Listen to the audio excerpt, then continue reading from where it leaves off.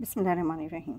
اس حادثے سے پہلے ہم خوشحال زندگی گزار رہے تھے کہ آنن فانن سب ختم ہو گیا۔ ہوا یہ کہ ایک دن امی اور بابا کسی شادی میں جا رہے تھے کہ ان کی گاڑی کا ایکسیڈنٹ ہو گیا۔ امی کی تو اسی وقت ڈیتھ ہو گئی، لیکن بابا کو شدید چوٹیں آئیں، جس کی وجہ سے بابا کی جاب چھوٹ گئی۔ جب بابا ٹھیک ہوئے تو ان کو ایک معمولی نوکری ملی۔ اس وقت میری بڑی بہن عافیہ 8ویں کلاس میں پڑھ رہی تھی۔ پھر انہوں نے پڑھائی کے ساتھ ساتھ امی کی ذمہ داری کو فرض سمجھ کر نبھایا۔ اب بابا کی اتنی آمدنی نہیں تھی کہ گھر کے ساتھ ساتھ ہمارے تعلیمی اخراجات بھی اٹھاتے، اس لیے یہ ذمہ داری بھی عافیہ باجی نے اٹھا لی۔ ہم تینوں بہن بھائی میں وہی زیادہ سمجھدار تھیں۔ انہوں نے خود محنت کر کے میٹرک تک تعلیم حاصل کی، پھر پڑھائی چھوڑ کر اسکول میں ٹیچر لگ گئیں اور جاب کے ساتھ ساتھ ٹیوشن پڑھا کر ہمارے تعلیمی اخراجات پورے کرنے لگیں۔ بابا کے کندھوں پر 2 جوان بیٹیوں کا بوجھ تھا اور اس فکر کی وجہ سے وہ وقت سے پہلے بوڑھے نظر آنے لگے تھے۔ وقت کسی کے لیے نہیں رکتا اور حالات کسی کے کہنے پر بدلتے نہیں۔ ہاں، انسان اگر خود ڈھال بن جائے تو حالات کا مقابلہ کرنا کچھ مشکل بھی نہیں۔ عافیہ باجی میرا آئیڈیل تھیں، جنہوں نے مجھے کسی موڑ پر بھی کبھی کمزور نہیں ہونے دیا۔ وہ خود بھی حالات سے مقابلہ کرنا بخوبی جانتی تھیں۔ میں نے ان سے کبھی کوئی بات نہیں چھپائی تھی، کیونکہ میری نظر میں ان کا درجہ ماں جیسا تھا۔ ایک دن میری بیسٹ فرینڈ عائشہ کی برتھ ڈے تھی اور اس کے والدین نے گھر میں ایک چھوٹی سی پارٹی رکھی تھی۔ اس برتھ ڈے پارٹی میں میری ملاقات عائشہ کے بڑے بھائی علی سے ہوئی۔ اس کے بے حد اصرار پر میں پہلی بار اس کے گھر گئی تھی۔ گھر کے سبھی افراد محبت کرنے والے، پڑھے لکھے تھے، لیکن علی ان سب میں بہت منفرد تھے، سمجھدار اور خاموش طبع، ایسی شخصیت کے مالک جس کے ساتھ کی ہر لڑکی خواہش کر سکتی تھی۔ ان لڑکیوں میں شاید میرا بھی شمار ہو جاتا، مگر میں نے اس خواہش کو ختم کر دیا۔ میں نے زمین اور آسمان کا فرق سمجھتی تھی۔ ہمارا گھرانہ اگرچہ پڑھا لکھا اور عزت دار تھا، مگر حالات اور غربت نے کسی کو آگے بڑھنے نہ دیا۔ تبھی میں عائشہ کی فیملی سے بہت متاثر ہوئی تھی کہ یہ لوگ کتنے سلجھے ہوئے اور خوشحال تھے۔ میرا دل چاہا کہ ان کے گھر میں رہ جاؤں۔ اب علی سے روز ہی سامنا ہونے لگا، کیونکہ عائشہ کو کالج لانے لے جانے کی ڈیوٹی اس کی تھی۔ اس کے باوجود میں نے کبھی اس سے بات نہیں کی اور اس نے بھی کبھی مجھے مخاطب کرنے کی کوئی کوشش نہیں کی۔ کچھ دنوں بعد عائشہ نے بتایا کہ اس کی دادی کی طبیعت بہت خراب ہے، اس لیے اس کو لاہور جانا ہے، اور تھوڑے دنوں بعد وہ چلی گئی۔ عافیہ باجی کی بات بچپن میں چچا زاد مکرم سے طے تھی۔ عائشہ کے لاہور جاتے ہی عافیہ باجی کی بھی شادی ہو گئی۔ جو بابا سے ہو سکا وہ ان کو دے کر رخصت کر دیا۔ پھر عائشہ اور عافیہ باجی کے ایک ساتھ چلے جانے میں میں اپنے آپ کو اکیلا محسوس کرنے لگی اور اداس رہنے لگی۔ تبھی خود کو مشغول کرنے کے لیے بچوں کو گھر پر ٹیوشن پڑھانے لگی اور کوشش کرنے لگی کہ ٹیوشن سے ہی اپنے اور بھائی بلال کے تعلیمی اخراجات اٹھا سکوں، کیونکہ میں بابا پر اپنی پڑھائی کا بوجھ نہیں ڈالنا چاہتی تھی۔ پھر ایک دن عافیہ باجی نے مجھے بتایا کہ بابا نے اپنے ایک امیر کبیر دوست کے بیٹے احسن کے ساتھ میرا رشتہ طے کر دیا ہے۔ آفتاب انکل کو میں جانتی تھی، وہ بابا کے بچپن کے دوست تھے، لیکن اتنی جلدی میں شادی نہیں کرنا چاہتی تھی، کیونکہ میری تعلیم ابھی ادھوری تھی اور ابھی تو بھائی بھی پڑھ رہا تھا۔ میں نے باجی سے بات کی تو انہوں نے کہا کہ تم فکر نہ کرو، بابا بلال کو ہاسٹل میں داخل کروا رہے ہیں اور میں نے جتنا پڑھنا تھا پڑھ لیا ہے۔ احسن اچھا لڑکا ہے، سلجھا ہوا، ان کا اپنا بزنس تھا جو کافی ملکوں میں پھیلا ہوا تھا۔ اب انکار کا کوئی جواز نہ تھا، تبھی میں نے ہاں کر دی۔ یوں ہماری منگنی ہو گئی۔ میں نے کالج جانا چھوڑ دیا اور ٹیوشن کے ساتھ ساتھ سلائی کڑھائی کرنے لگی، تو وقت اچھا گزرنے لگا۔ کچھ دنوں بعد عائشہ واپس آ گئی۔ میں نے شکوہ کیا کہ تم تو کچھ دن کا کہہ کر گئی تھیں اور پانچ ماہ بعد واپس آئی ہو۔ وہ بولی، پھر کیا کرتی، دادی جان کی طبیعت بہت خراب تھی۔ کچھ دن بعد ان کا انتقال ہو گیا۔ دادی نے انتقال سے پہلے میرا رشتہ چچا زاد منیر سے اور علی بھائی کا رشتہ منیر کی بہن مونا سے طے کر دیا تھا۔ پھر عائشہ نے بتایا کہ علی بھائی مونا سے شادی پر راضی نہیں ہیں، انہیں کوئی اور لڑکی پسند ہے۔ کون ہے وہ لڑکی؟ میں نے تجسس سے پوچھا۔ ایک ہے، بتا دوں گی، اس نے جواب دیا۔ دوسری بار وہ ملی تو بہت پریشان تھی، کہنے لگی، انیلا، گھر میں بڑا مسئلہ ہو گیا ہے۔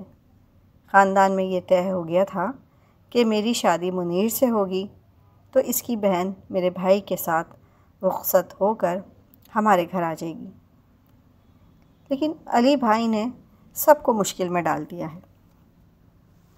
امی بھی اس کا ساتھ دے رہی ہیں۔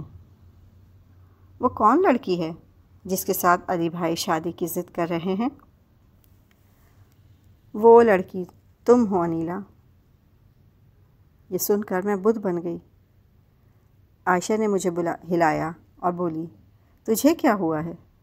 عائشہ، عافیہ باجی کی شادی مکرم بھائی سے ہو گئی ہے اور میری شادی بابا کے دوست کے بیٹے احسن سے طے ہو گئی ہے۔ تم باجی کی شادی میں تو نہیں آ سکیں، مگر میری شادی میں ضرور آنا۔ تمہارا رشتہ کب طے ہوا؟ وہ پریشان تھی۔ تمہارے جانے کے بعد بابا نے طے کیا تھا۔ یہ سن کر اس کی آنکھوں میں آنسو آ گئے۔ پھر جب اس نے بتایا کہ پہلی نظر میں بھائی نے تم کو پسند کر لیا اور تبھی سے تمہاری چاہت کو دل میں چھپائے ہوئے تھے، میں دم گھونٹ کر رہ گئی۔ اس نے واپس آ کر مجھے سرپرائز دینا تھا۔ علی بھائی نے مجھے پسند کیا ہے اور میرے گھر والے بابا سے میرے رشتے کے لیے بات کرنے والے ہیں، لیکن قسمت کو کچھ اور ہی منظور تھا۔ میری شادی احسن سے ہو گئی اور میں بیاہ کر ان کے گھر آ گئی۔ میں نے احسن کی جتنی تعریف سنی تھی وہ اس سے بھی بڑھ کر نکلے۔ وہ ایک محبت کرنے والے شوہر اور اچھے ہم سفر ثابت ہوئے۔ گھر کے باقی لوگ بھی ٹھیک ہی تھے۔ میری زندگی خوشگوار گزر رہی تھی، کسی شے کی کمی نہیں تھی، مگر میں گزرے وقت کو بھولی نہ تھی، مگر میں بھول جانا چاہتی تھی، کیونکہ میں نے بہت کچھ پا لیا تھا اور اب کھونا نہیں چاہتی تھی، لیکن ہونے کو کوئی نہیں روک سکتا۔ جب میرا پہلا بیٹا پیدا ہوا، اس وقت احسن برطانیہ میں تھے۔ بیٹے کی پیدائش کا سن کر واپس آتے ہوئے ان کا جہاز کریش ہو گیا اور وہ اس دنیا سے بھری جوانی میں چلے گئے۔ میں جو انہیں کھونا نہیں چاہتی تھی، میرا سب کچھ کھو گیا۔ پھر اپنے بیٹے کے غم میں آفتاب انکل بھی دنیا چھوڑ کر چلے گئے۔ آنٹی بھی بس جی رہی تھیں کہ نہ جانے کب یہ بچی کچی سانسیں ختم ہو جائیں۔ جب تک آنٹی زندہ رہیں میں ان کی دیکھ بھال کرتی رہی، اور جوں ہی وہ دنیا سے رخصت ہوئیں، دیوروں نے گھر اور کاروبار بیچ دیا اور میں اپنے بابا کے گھر آ گئی۔ گھر کے وہی حالات تھے۔ وقت تھا کہ مجھے بہت پیچھے لے گیا تھا۔ ایک دن اچانک عائشہ آ گئی۔ اسے تو میری یاد پلٹ لائی تھی، لیکن کسی اور کو بھی میرا انتظار تھا۔ اس کو جب میرے بیوہ ہونے کا پتہ چلا تو میرے گلے لگ کر بہت روئی۔ اس نے مجھ سے کہا کہ تم واپس آ جاؤ، آج بھی ہمارے گھر کوئی تمہارا راستہ دیکھ رہا ہے، تمہارا انتظار کر رہا ہے، وہ اپنے بھائی علی کی بات کر رہی تھی، جس نے ابھی تک شادی نہیں کی تھی اور ہر رشتے کو منع کر دیا تھا۔ آج بھی اسے میری اتنی چاہ تھی جتنی کل، لیکن مجھے اس کی چاہت کی گہرائی کا نہ کل پتہ چلا اور نہ آج۔ ہم دونوں میں جتنا کل فاصلہ تھا اتنا ہی آج بھی تھا۔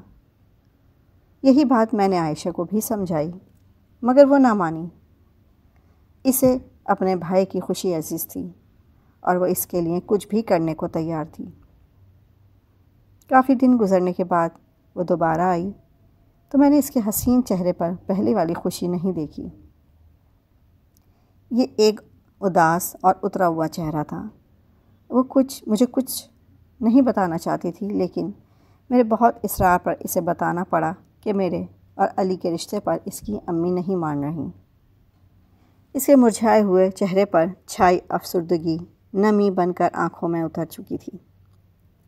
میں نے کہا کہ میں نے پہلے ہی کہا تھا کہ یہ سب کچھ اتنا آسان نہیں۔